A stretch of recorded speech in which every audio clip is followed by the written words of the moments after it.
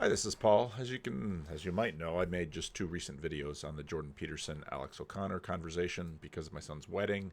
I wasn't able to be here in the office. I was busy doing other things, so I did a little bit of video in the car. Back in the office, still don't have a lot of time. I think there are two other big things that I want to deal with in that video that I'm not going to deal with in this video. One being the question of eternity and time, which was a very interesting part of that conversation, and the other in terms of salvation by proxy, which is a very interesting aspect in this because, as I've mentioned on many videos, Jordan Peterson's type of Christianity is quite immanentized. It's sort of framed in terms of life here and now. And I don't know if anybody has done as good a job as Alex O'Connor in sort of teasing out the kind of the blurring and sometimes equivocation that Jordan uses with some of his terms. Jordan's overall schema of Christianity that he's confident in. Now he's always very clear about this. He's confident of some things and questioning about others.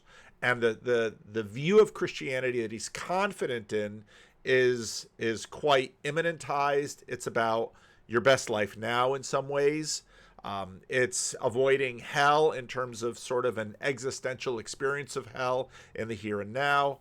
And it's very much now he talks about avoiding the heresy of works righteousness, but his salvation is everything that you do. And so that's the Christianity that he's confident in the here and now, sort of in the seculum here in this age. Other questions about eternity he's far less sure on. He's open to, but he's reluctant to say.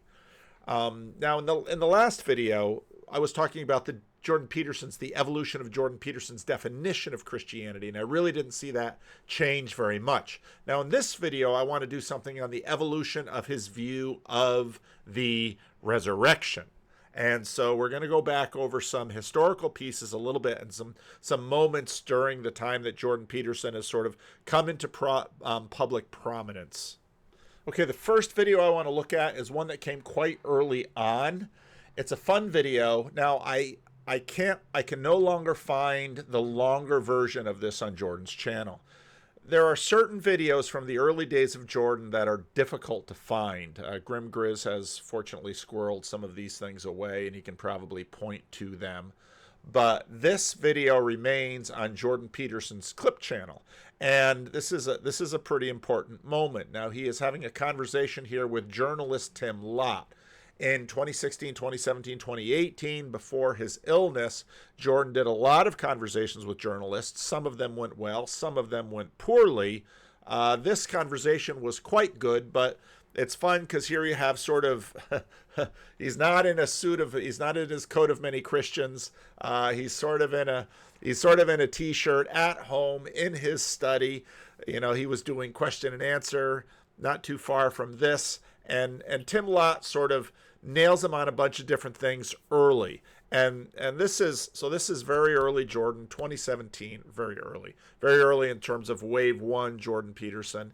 And it's a good benchmark in terms of some of Jordan's answers in terms of what has changed and what has not changed.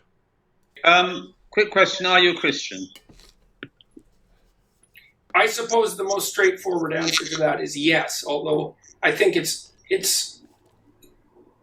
let's leave it at yes. Well, okay, so he's identifying as a Christian, let's say it that way. At some point, we're going to have to get back to this question of what do we mean by these definitions of Christianity? And I just recently watched the Louise Perry, Tom Holland conversation, not the Substack one, but the one on YouTube, which was excellent. Also, the John Vervaeke, Christopher Mastro Pietro, and I can't remember the third guy's name. He's from France. I spoke with him early on. The first hour of that conversation with John Vervaeke was really important. But here, Jordan and Tim Lott, okay, Jordan is identifying as a Christian. Again, I sort of laid out sort of the aspects of Jordan Peterson's Christianity in terms of what what he can be sure of, and in terms of the possibility. There was recently a piece in the Federalist that was quite interesting that I might want to talk about at some point, but I just don't have the time right now. I'm a bit dissatisfied with that because there are so many kinds of Christians, and I would never imagine that you were a very literal-minded Christian. Well, there are truths other than the literal that perhaps are. Okay, now again, we're going to have to deal with this word literal and public parlance. Obvious what people mean. People are using a sort of correspondence notion of truth. The conversation with Ian McGilchrist and Alex O'Connor, I'm about halfway through that, and it's quite good. Ian McGilchrist is doing his thing. More truthful than even literal truths. There are many kinds of truth, and I don't mean that in a postmodern way, actually. But the truths that govern behavior and the truths that emerge from facts are not the same truths. Well, do you believe that Jesus rose again from the dead? Literally. I cannot answer that question. And the reason is because, okay, let me think about it for a minute, see if I can come up with a reasonable answer to that. Okay, so this was a very famous moment where they're asking this question. And of course, this is going to come up. It's going to come up with Sam Harris. I'm going to play that clip, and then with Alex O'Connor. So whereas in terms of his conversation with David Fuller, where David Fuller references my conversation with David Fuller about Jordan Peterson to Jordan that I played in the last video, very consistent definition of Christianity sort of in the here and now. We're going to see evolution of Jordan on this question of the physicality of the resurrection.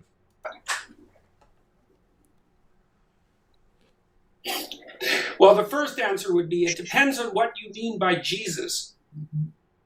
A historical human being that existed in a body. And in a body. In a body. And, yes. And it was a physical body, and then it was on earth. Yes. That it was on earth, and that was literally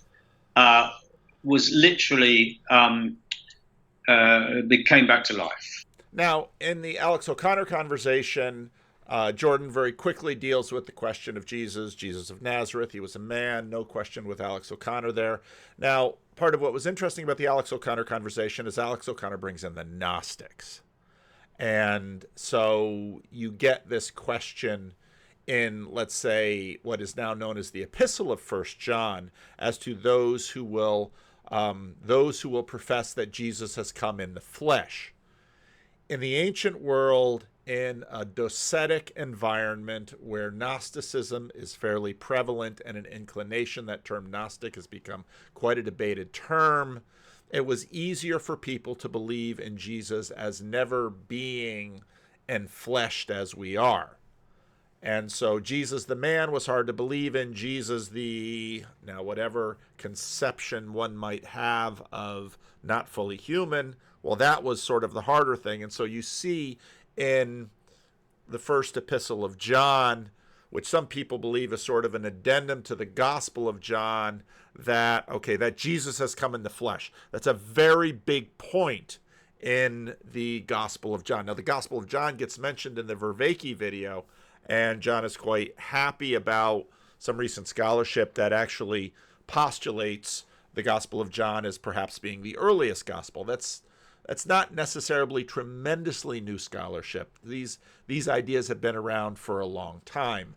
But again, we're getting after the physicality here. After death.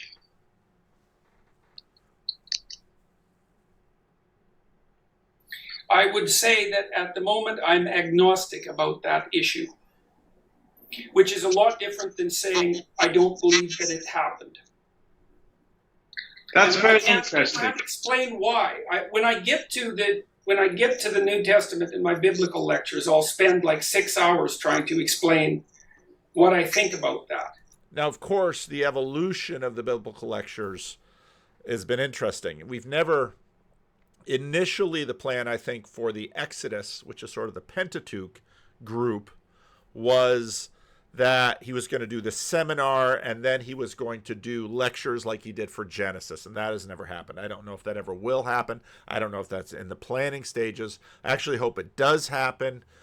The book tours, even the pre-book tours, I haven't seen them posting. Select elements from the book tour like they did before on the Daily Wire Plus exclusive. Maybe they didn't perform well. I don't know. The live events recorded, a lot depends on how that goes. Recording and seeing something live are two different things. Anyway, so that never happened. Now we've had the gospel seminar, and that I would expect will be coming out on Daily Wire at some point in their exclusive section. And so I'm going to have to re-up for another year because I'm not going to miss those. And as he says to Alex O'Connor, he spent a decent amount of time in there talking about the resurrection, which is good. So, but one of the things I have come to learn over the last 15 years in particular is that the world is a very, very strange place. It's far stranger than we think. And what we don't understand about consciousness and its relationship with the body would fill many books. And you could... And this has been a consistent theme of Jordan's. This is something that he has said all along the way, and he continues to say the same thing about our relationship with time, and perhaps corporality and vulnerability and death for that matter. So I don't understand the structure of being well enough to make my way through the complexities of the resurrection story. I would say it's the most mysterious element of the biblical stories to me, and perhaps I'm not alone in that. I mean, it's the central drama in the Christian corpus, let's say. But I don't believe that it's reasonable to boil it down to something like, do you believe that or do you not believe it? It's not. It's. So one of the things that we're going to get into in terms of proxy faith, I think Jordan uses the word proxy often, is he is very much pushing against what in Protestant circles would be called easy beliefism. And of course, there's a long history of pushing back on this. You can read Dietrich Bonhoeffer's The Cost of Discipleship. There was a fight within evangelicalism over, I don't remember the words that was used. This is about 20 years ago or so. So this is a constant discussion, especially in Protestant ranks, to the degree that if I merely assent to some beliefs, is that sufficient for securing for myself a particular afterlife destination? And that has been an ongoing conversation in Protestantism for a very long time.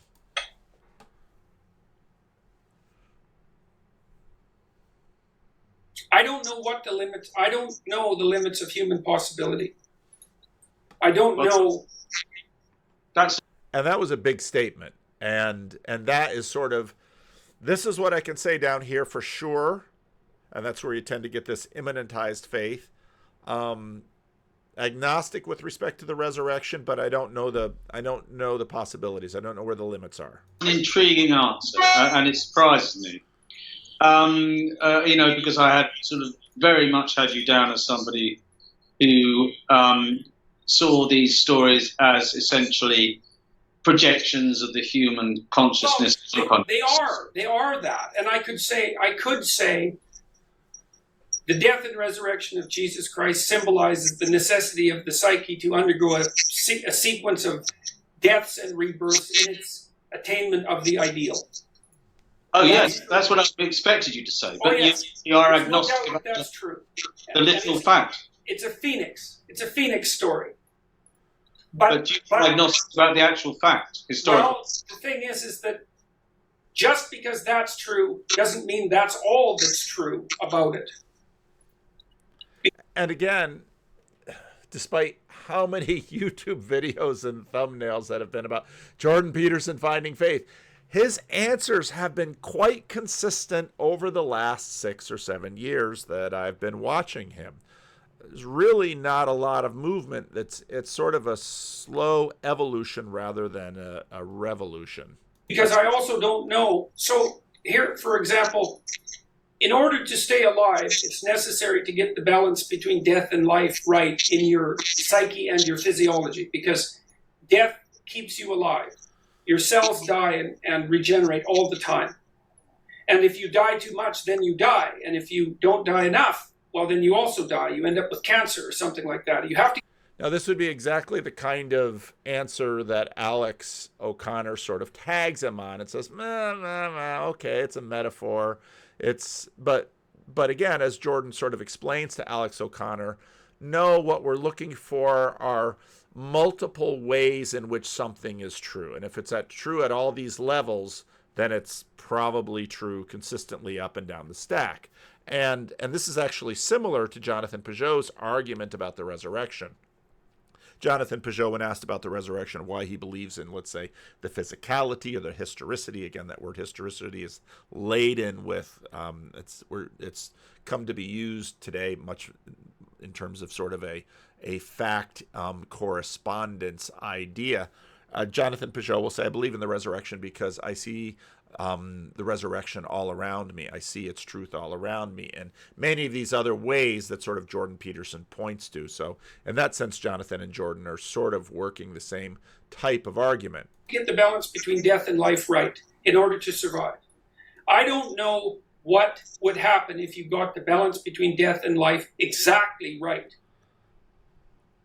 And I don't know what the upper limits are to human possibility, and neither does anyone else. And human consciousness and human beings are capable of, we don't know what we're capable of, I suppose, is the final answer.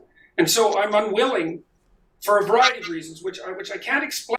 Now today, he would probably, as he did with Alex O'Connor, jump in to say, use the New Testament reference where Jesus says, you will do greater works than these. So, but what exactly that means, it's worth pursuing.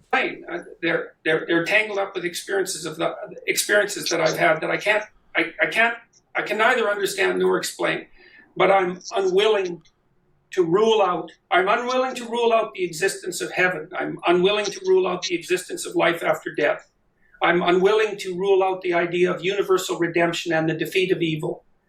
Now, I know perfectly. Now, again, see, he's unwilling to rule these things out. And so we see, again, with Jordan, sort of this two-stage. There's this area of certainty down here, sort of within the iron box of secularism. But it's got an open lid and say, I'm unwilling to rule these other things out, but these are the things I'm comfortable talking about because these are the things I'm quite sure about. Well, that all those things can be well conceptualized metaphorically. I know the metaphorical conceptualizations, but I'm not willing to make the claim that those ideas exhaust themselves in the metaphor. Wow. So, and it's, you know, and I'm not in a position as of yet to articulate why I think that in a manner that would be anything other than a jumble of lateral thoughts. I have the thoughts, but they're not organized. And I think that's still kind of true. He has the thoughts and they're not organized. That's actually a pretty good way of saying it. I think he's made progress on some of these thoughts, but again, the overall structure really isn't that different from here. And part of the reason I'm doing the biblical lecture series is to organize those thoughts. You know, that's so interesting. And I hope one day I'll have a chance to ask you more about that. Well, you're going to have to get in line because there's a lot of people want to talk to Jordan. Okay, now this is a 6-minute clip from Vancouver 1. This is Jordan Peterson, Sam Harris, Brett Weinstein, and this is towards the end of the evening. There was a bit of frustration. Jordan, the whole evening, is trying to basically get Sam to acknowledge that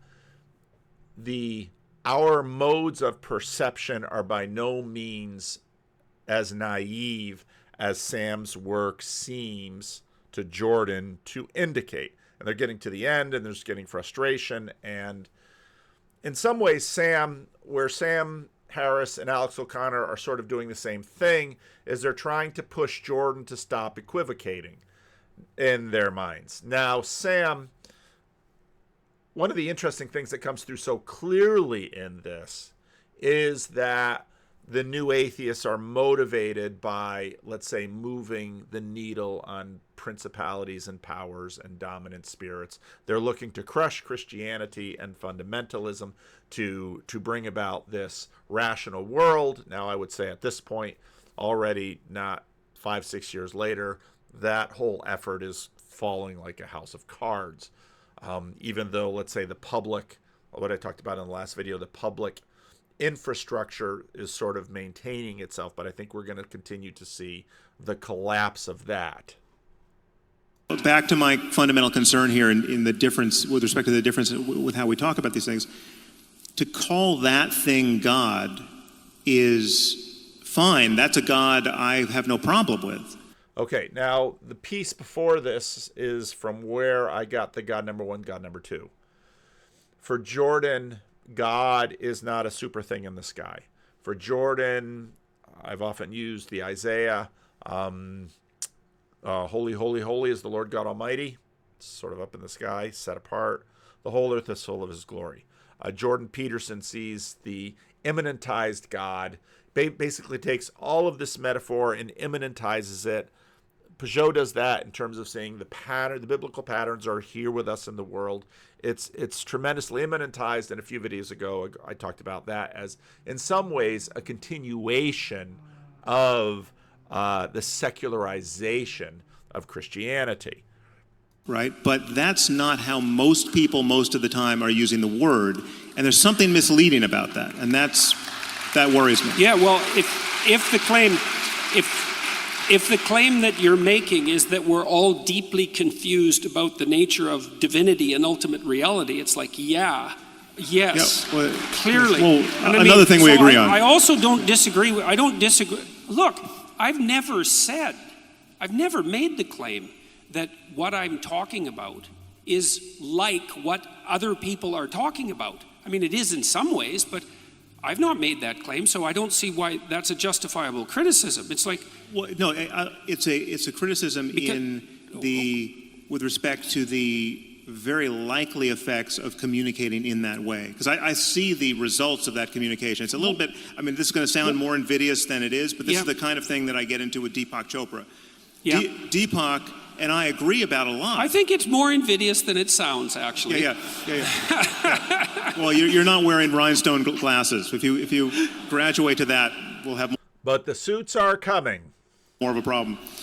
But it's Deepak clearly wants to let his audience believe that everything they're into is on some level justifiable by his reading of quantum spookiness. Right? Okay, and so this is the heart of a lot of celebrity atheists' complaint against Jordan Peterson, is that his equivocation, his vagueness, his lack of precision is giving aid and comfort to the people that they are trying to politically and culturally and socially suppress, because they are believing in woo, they are believing in superstition, they are believing in all of these things, and they'd like Jordan Peterson to be a good scientist and stop. They'd like him to put the lid on the box of secularization and say, nope, nothing. Everything is down here in the seculum. There's no supernatural events. Everything is at least potentially explainable by materialistic physics. So it's all. So if you want to go out and just buy a lot of crystals and think they're going to heal you, it has something to do with the quantum nature of reality. Absolutely nothing like me. No. But I think Deepak could say, if I got his back to the wall. Yeah. Deepak could honestly say, listen, I've never said anything about crystals, right? I'm not selling crystals. I've never said they work, but it's the way in which he's failing to make the clear differentiation. The fact that it takes you 20 minutes to admit that a lot of the Bible is filled with barbaric nonsense. I don't think it took me 20 minutes. So now we're into the realm of social pressure. So now we've got our audience. Now we're going to bully Jordan, and actually they pretty effectively bully him. And we're all subject to that kind of pressure. But You'll see. To admit that. Well, yeah. We'll go to the tape on that. These things matter. These things matter. And I'm just saying, it's like you own look, it. If you're saying that there's a danger, if you're in a parish of 1, or in a parish of 1,000, or a parish of 100,000, but not in the parish that has anything in common with the Bible thumpers in my country who think that Jesus is very likely coming back in their lifetime because he never died, and he's going to judge the living and the dead, and there will be a resurrection and hellfire and all the rest. If that's not the game you're playing at all, own it.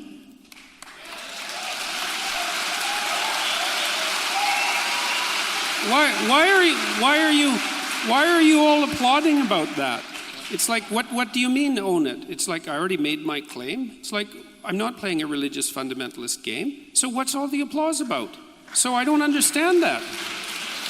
And own it, it's like, I was as clear as I possibly could be when I delineated my answer to the question. People say, well, what do you mean by God? Someone once asked you if Jesus was resurrected. You want a 1-second answer? But no. Well, forget it, man. George, George, wait a minute, hold on. I think we can actually. This is a complicated One problem. second. No, yeah. I don't want to end on a note of acrimony. But someone once asked you whether you thought Jesus was literally resurrected, and you said it would take me 40 hours to answer that question. Okay, that's the kind of thing I'm responding to here. You don't need to do that if you have a clear-cut answer to that question. And I don't have a clear-cut answer to that question. And if you don't, that connects with many other things that we still have to talk about. Yes, definitely. Yeah, I definitely. mean, because that. It isn't obvious in the biblical account that Christ was literally resurrected. So it's not simple. This is not simple. No, but if the question is, do you think let's put it probabilistically. I mean, anything's possible. I'll tell you that it's possible that he was physically resurrected. I mean, it's even possible. But wait a second, I didn't with respect say to quantum that he mechanics. was. The point is, I said it would take me 40 hours to answer the question. I didn't say that he was. Well, go ahead. How's this for an answer? Almost certainly not.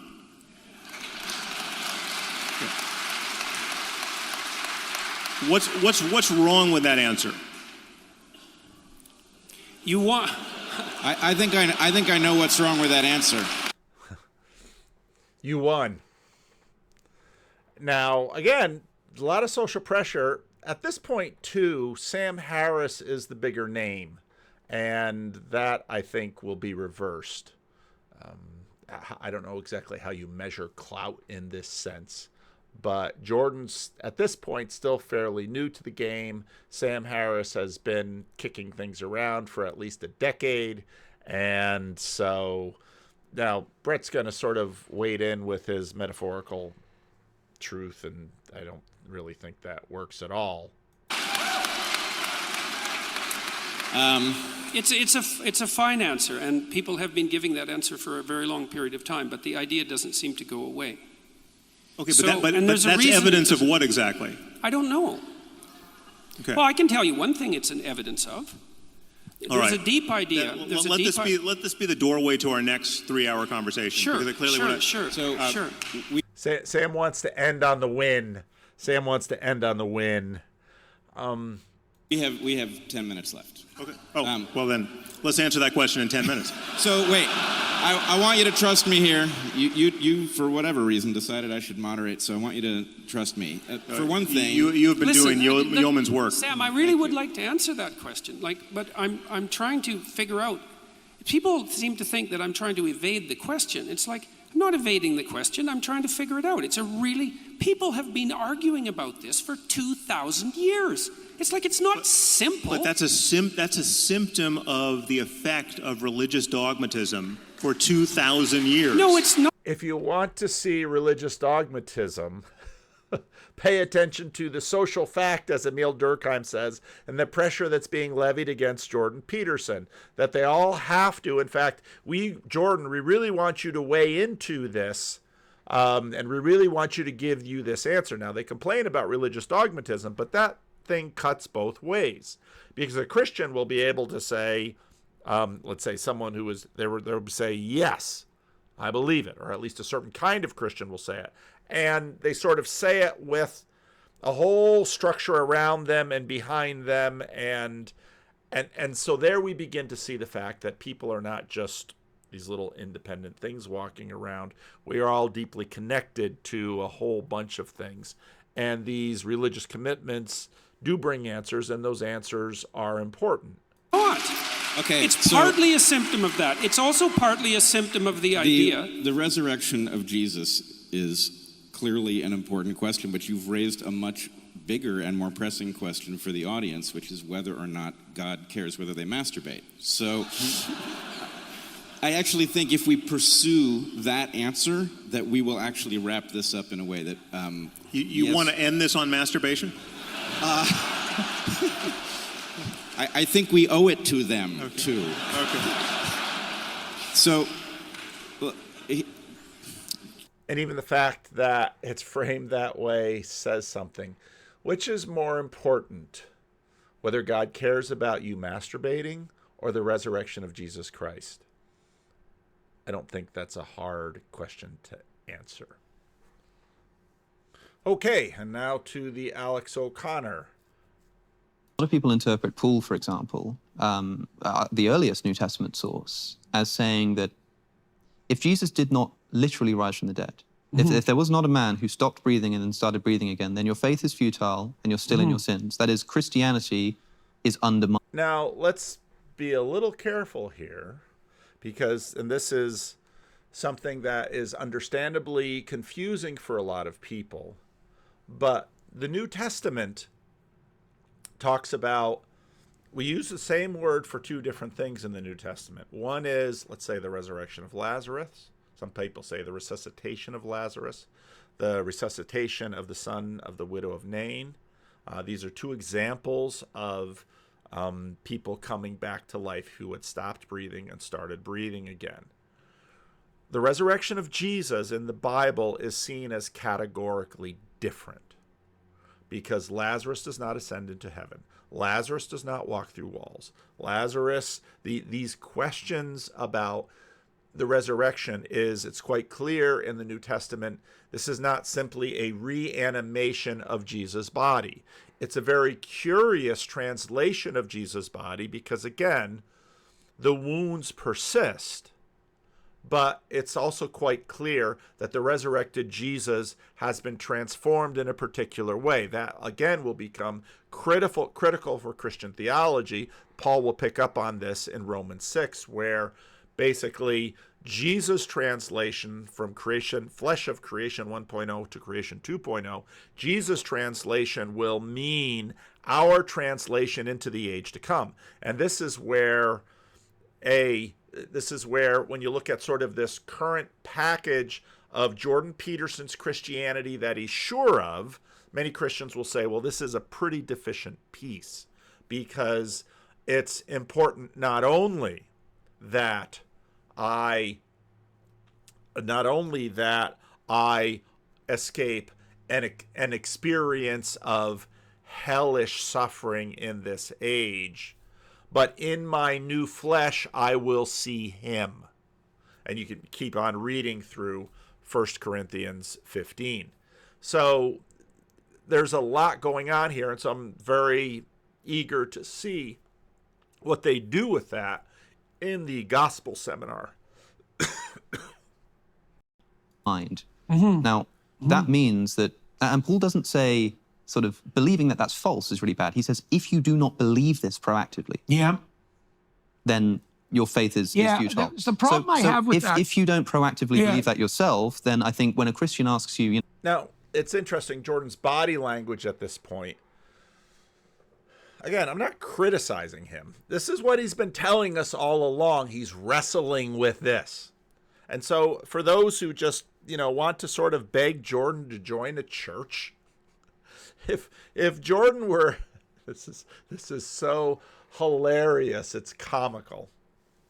If Jordan were to be attending Livingstone's and Jordan says, I'm ready for baptism, I would say, I'm not sure you're ready for baptism. Now, when I get into, I should pull up that video so you see what I'm talking about. This is the video, The Philosophical Silk Road, Exploring the Intersections of Philosophy and Spirituality. when you get to these definitions of Christian and what do you mean and how does this work? I mean, these things matter. Now, I'm not one of the big strong things that came out in this video was relationality. And one of the things that actually John Vervaeke mentioned to Kirk Jaimungal recently that both Peugeot and I sort of challenged him on early on with respect to the religion that's not a religion, which he has now basically said no more of that, putting that away. It's the Silk Road, was scale.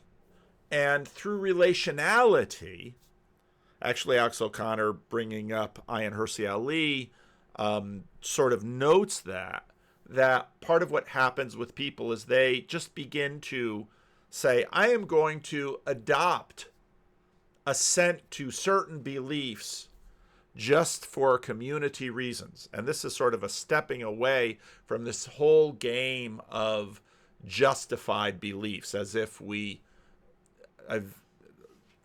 all the way back to Calvin, Nick Waltersdorf taught a class in philosophy that, because I had to take an extra year at Calvin because I needed to get my Greek in, I got a chance to take some extra classes, so I took a class with Nick Waltersdorf. And he and Alvin Plantinga, really went after this whole schema of justified belief. And so Ayaan Hirsi Ali basically says, I'm going to adopt this faith. Because of the church, I'm going to adopt this faith and at least say I believe it. I'm going to not only act as if I believe it, but say that I believe it, even if I can't justify it, just to become a community of that. Now, some people say, is that inauthentic? And we can get into authenticity, sincerity. But beliefs don't work via justification. Beliefs work because I think Alvin Plantinga is right, and he basically gets this from John Calvin. We find ourselves believing things. This is just what we believe. Now, it doesn't mean that the beliefs are necessarily true, but it's just what we believe. So Jordan's clearly wrestling with this still. No. Do you believe in the resurrection of Jesus? Are you a Christian? I think you must be committed to saying no, at least under that interpretation of Paul. And even if you're not sure, I mean, it's fine if I say to you, do you think that a man physically rose from the dead? And you say something. Now, before we get that, I'm going to, again, put in a plug for my definition of a Christian. Now, we're going to nuance this tremendously because John Vervaeke doesn't like sort of the cultural civilizational Christianity, and I want to get into that because I think it's more complex than what they get into in this video. But my definition of a Christian, people have asked me this for years, and the definition that I give is a Christian is someone who trusts Jesus more than they trust themselves. And I think that's about as good a really tight, short definition of what a Christian is as anything else. And I think that actually, in many ways, really works. Andrew, that's who I keep forgetting, Andrew Sweeney. I think that really works for this conversation, especially the first half of the conversation that I thought was excellent. Like, well, I don't know. I mean, I wasn't there, but I think it has a lot of mythological significance, or I think that maybe it happened in a different sense, or it happened in the sense that good fiction happens, then fine. But it needs to begin with that caveat of the simple sort of, historically speaking, I don't know. And I know you don't like to pull out the historical Jesus from the mythological. That's a good objection. But it's an important question to ask. No, of course. It's a very good objection. So I just did a seminar on the Gospels with a crew of about 8 people. And it was the same crew that walked through Exodus with me with a couple of variations. And we spent a lot of time on the resurrection accounts, for example. And of course, that was the toughest, let's say, that was the toughest morsel to chew and digest. The thing about the resurrection accounts is that they're all, look, so I could say something like this, which will just annoy people, but it doesn't matter. I believe the accounts, but I have no idea what they mean. When you say you believe the accounts, do you mean, and I hate to be sort of... Yeah. Now, that's a really good answer. It is a good answer. Now, no idea what they mean, and in fact, one might argue that the thesis of a lot of the Pauline work and the other epistles in the New Testament and the Gospels is this is the meaning of the resurrection. one might argue that the thesis of the book of Revelation is applying the resurrection to the book of Exodus and Old Testament prophecy, especially apocalyptic prophecy. Because what you see the church wrestling with is applying the resurrection. What does this resurrection mean? N.T. Wright goes into that because he notes in his fat book, The Resurrection of the Son of Man. I was going to pull it off the shelf, but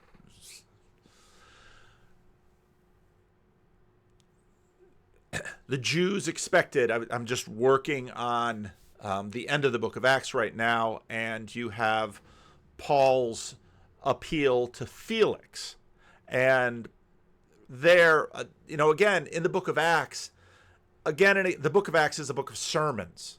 And again and again and again in the book of Acts, the sermons focus on the resurrection. And the resurrection and the claims to the resurrection is what sort of splits up these synagogues that Paul visits in the diaspora Jewish world. And the Pharisees, not the Sadducees, the Pharisees believed in the resurrection of the righteous and the wicked. Paul lays that out. What they anticipated was that this would be sort of at the end of the age. And here Jesus rises in the middle, and that's why he is called the first fruits of the resurrection. And so Jesus is sort of the first fruits of creation 2.0, because he's got the flesh of the age to come, and he bears the flesh of the age to come. And apparently the flesh of the age to come can live in heaven as it does on earth. And so this question about the meaning of the resurrection. But now, Alex O'Connor, this is where you see this materialist bias. At a different place in here, Alex O'Connor says, I really want to know about the historicity of the resurrection in the Exodus. And I would push back and say, why? Do you really want to know about the historicity of Tiberius or Claudius or Nero and all of the acts contained within them? Why the historicity of this? And I think the answer to that is never simply, I want to have my data straight. I want to be factual. I want to be accurate. No. I think underneath all of this, and this is consistent through how many of these conversations, is the question, can what happened to them also happen to me? Can my death end in resurrection too? Is the power that we see happening in the Gospels and laid out there, is that power available to me? Now, you've got to be really careful with what you mean by that power, because Acts, beginning of the book of Acts, the power will come upon you. Well, what power? Well, Jesus' power. And then people immediately jump to things like stilling a storm or raising the dead or walking on water or multiplying loaves and fishes. Well, okay, but how about the power to stay on a cross? And this is where I sort of come back to Jordan Peterson. And while I see deficiencies in the Christianity I'm sure of formula, even though I see deficiencies, there still is real value in there, because let's say, Jordan's Augustinian anthropology and his assumption that suffering and how we deal with it is central to life. This is where the question of the meaning of the resurrection actually begins to find traction and grip. And okay, the historicity, the factuality of it, fine. If you ask me, yes, Jesus rose from the dead. Did Thomas touch him? Yes, Thomas touched him. Did the body that Thomas touched have in some ways a continuation with the body that Joseph of Arimathea put in that new tomb? Yes. I don't have a problem saying any of these things, because for me, I've been raised in these things. I am a part of a body that has been enduring for 2,000 years. It's a very strange thing to say, but again, as we continue to understand bodies and spirit and all of these things, I can say these things. because this is what I've been a part of a body of. I am a part of the body of Christ. All right? So, but what does this mean? Well, this means a whole lot of things that are going to go far beyond the physicality, the physics of Thomas's hand touching the palm of Jesus. And that, in fact, is what the New Testament is about. And it will be what Paul wrestles with respect to the Jew-Gentile question. And it continues to be what we wrestle with today in terms of trying to fulfill the commission of Acts chapter 1. And you will be my witnesses in Jerusalem, Judea, and to the ends of the earth. You got me preaching. Let's finish this clip. Synod has begun, and I kind of want to see what they're doing. Pedantic here, it seems pedantic, but do you mean you believe that these are things that happened such that that's a strange I know you don't thing. Like that. Let me put it this way. Yeah. If I went back in time with a Panasonic video camera and put that camera in front of the tomb of Joseph of Arimathea, would the little LCD screen show a man walk out of that tomb? I would suspect yes. So that to me seems like a belief in the historical event of the resurrection, or at least of Jesus leaving the tomb, which means that when somebody says, do you believe that Jesus rose from the dead? It doesn't seem clear to me why you're not able to just say, it would seem to me yes. Because I have no idea what that means. And neither did the people who saw it. So, ExpressVPN. We'll watch this clip a few times.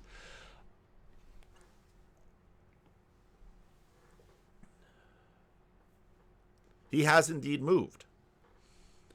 That gospel seminar, again, if you listen to all that John says in this video, that gospel seminar was pretty important, and I'm really glad Jordan invited John to it.